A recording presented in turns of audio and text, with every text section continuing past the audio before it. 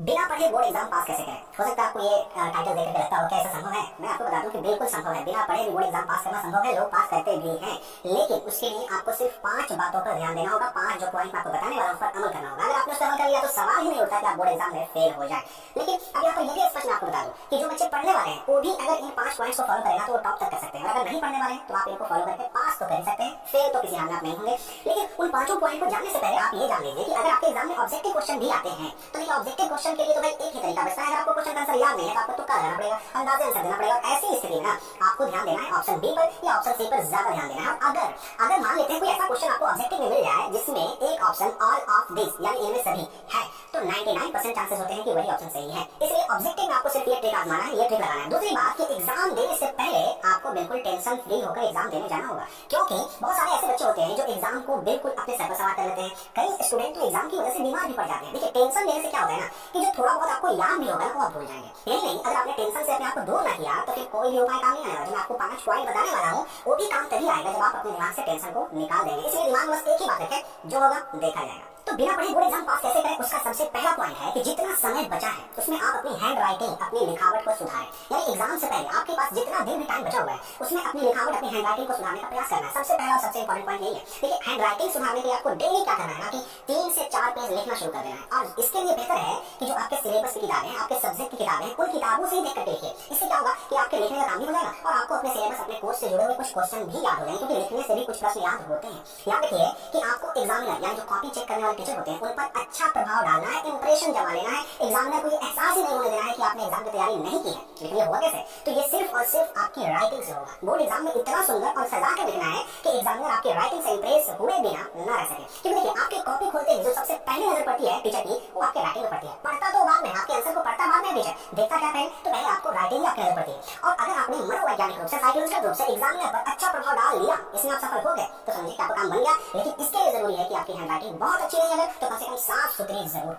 अब बिना पढ़े एग्जाम पास करने का दूसरा पॉइंट जो है कि सवालों को बहुत ध्यान से पढ़ें और समझने का प्रयास करें। एग्जामिनेशन हॉल जब आपको प्रश्न पत्र या क्वेश्चन पेपर देता है तो उसे बिल्कुल इत्मीनान से, आराम से पढ़ें। सवालों को समझने का प्रयास करें कि आखिर सवाल में पूछा क्या जा रहा है, ये आपको समझना है। उस समय आपको अपना कॉन्फिडेंस भी बनाए रखना है। ये बिल्कुल नहीं सोचना है कि मैंने कुछ भी नहीं पढ़ा तो एग्जाम कैसे दूंगा। कई बच्चे एग्जामिनेशन हॉल में जाते हैं, घबरा जाते हैं, उनकी धड़कन तेज हो जाती है। लेकिन आपको ऐसा बिल्कुल नहीं करना है। बिल्कुल रिलैक्स रह करके अपने क्वेश्चन पेपर को पढ़ना है। याद रखिए कि आप अकेले नहीं जिसने कुछ नहीं पढ़ा। ऐसे लाखों बच्चे हैं जो पढ़ने में आपसे भी पीछे हैं और वो भी आपके साथ ही अगर बैठ करके एग्जाम दे रहे हैं। तो ये आपको ध्यान देना है कि सवालों को ध्यान से पढ़ना है, समझना है। इसके लिए एक्स्ट्रा टाइम भी दिए जाते हैं। तो बिना पढ़े बोर्ड एग्जाम पास करने का तीसरा पॉइंट है सवालों के जवाब देने का तरीका। यहाँ पर सवाल ये होता है कि बिना पढ़े हम सवालों का जवाब दे कैसे लिखें, क्वेश्चन का आंसर हमें कैसे लिखना चाहिए। इसके लिए सबसे पहले तो सवाल को पढ़ें, समझने का प्रयास करें कि जिसका जवाब आप लिखने जा रहे हैं। क्वेश्चन में जिन शब्दों का प्रयोग किया गया उनका अर्थ समझने का प्रयास करें। इससे क्या होगा कि आपको आंसर लिखने का आइडिया मिलेगा। अगर आपने क्वेश्चन को समझ लिया कि उसमें आखिर पूछा क्या जा रहा है तो आपकी आधी समस्या वहीं पर सॉल्व हो जाएगी। अब उस क्वेश्चन में जो भी पूछा जा रहा है उसके बारे में आप जो भी जानते हैं, जितना भी जानते हैं, जैसे भी जानते हैं, उन्हें अपने शब्दों में लिख डालें। कई क्वेश्चन तो ऐसे भी होते हैं कि आंसर खुद उनमें ही छुपा होता है, बस जरूरत होती है उस क्वेश्चन को समझने की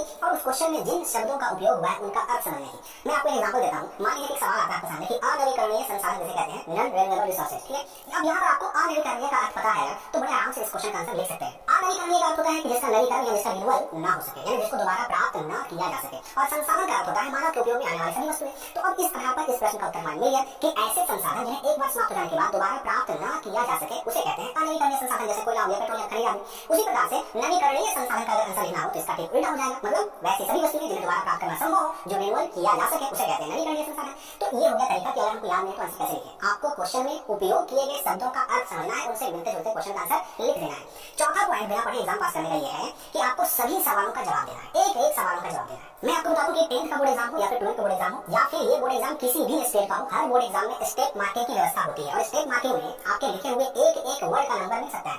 इसलिए आपको चाहे जवाब आते हो या नहीं आते हो, सभी सवालों का जवाब जरूर दें। आपको जितना भी पता है, जैसे भी पता है, जो भी पता है लिखें जरूर। क्योंकि अगर आपको क्वेश्चन छोड़ देते हैं तो एक भी अंक नहीं मिलेगा। लेकिन अगर थोड़ा बहुत भी लिख देते हैं तो कुछ ना कुछ अंक, कुछ ना कुछ नंबर आपको जरूर मिल जाएंगे। 5 में से 3 ही मिले, 2 ही मिले, लेकिन मिलेगा जरूर। तो कुछ ना मिले, 0 मिले, उससे तो अच्छा है ना कि कुछ मिल जाए। स्टेप मार्किंग की ज्यादा जानकारी के लिए अलग से वीडियो बने हुए हैं जिसका लिंक आपको डिस्क्रिप्शन में मिल जाएगा। और बिना पढ़े बोर्ड एग्जाम पास करने का सबसे आखिरी और 5वां पॉइंट, कॉपी को सुंदर और साफ सुथरा लिखना है। जैसे मैंने बताया आपको एग्जामिनर पर मनोवैज्ञानिक रूप से अच्छा प्रभाव डालना है, बिल्कुल इंप्रेशन जमा लेना है। क्योंकि अगर आपने एग्जामिनर पर अच्छा प्रभाव डालने में सफल हो गए तो फिर आपको बिना पढ़े पास होने का कोई रोक नहीं सकता है। इसके लिए जरूरी है कि आपकी कॉपी सुंदर और साफ सुथरे तरीके से लिखी हुई हो, सजा कर लिखी हुई हो, पैराग्राफ छोड़ा हुआ हो, क्वेश्चन नंबर डाला हुआ हो, हेडिंग डाल करके आंसर लिखे हुए हो। ये सारी चीजें अगर आपने किया है तो फिर टेंशन फ्री हो जाइए। तो अगर आपने अपने बोर्ड एग्जाम में इतना कर लिया, ये 5 पॉइंट पर अमल कर लिया, तो सवाल ही नहीं उठता कि आप बोर्ड एग्जाम में फेल हो जाए। तो मिलते हैं वीडियो में नए अपडेट के साथ।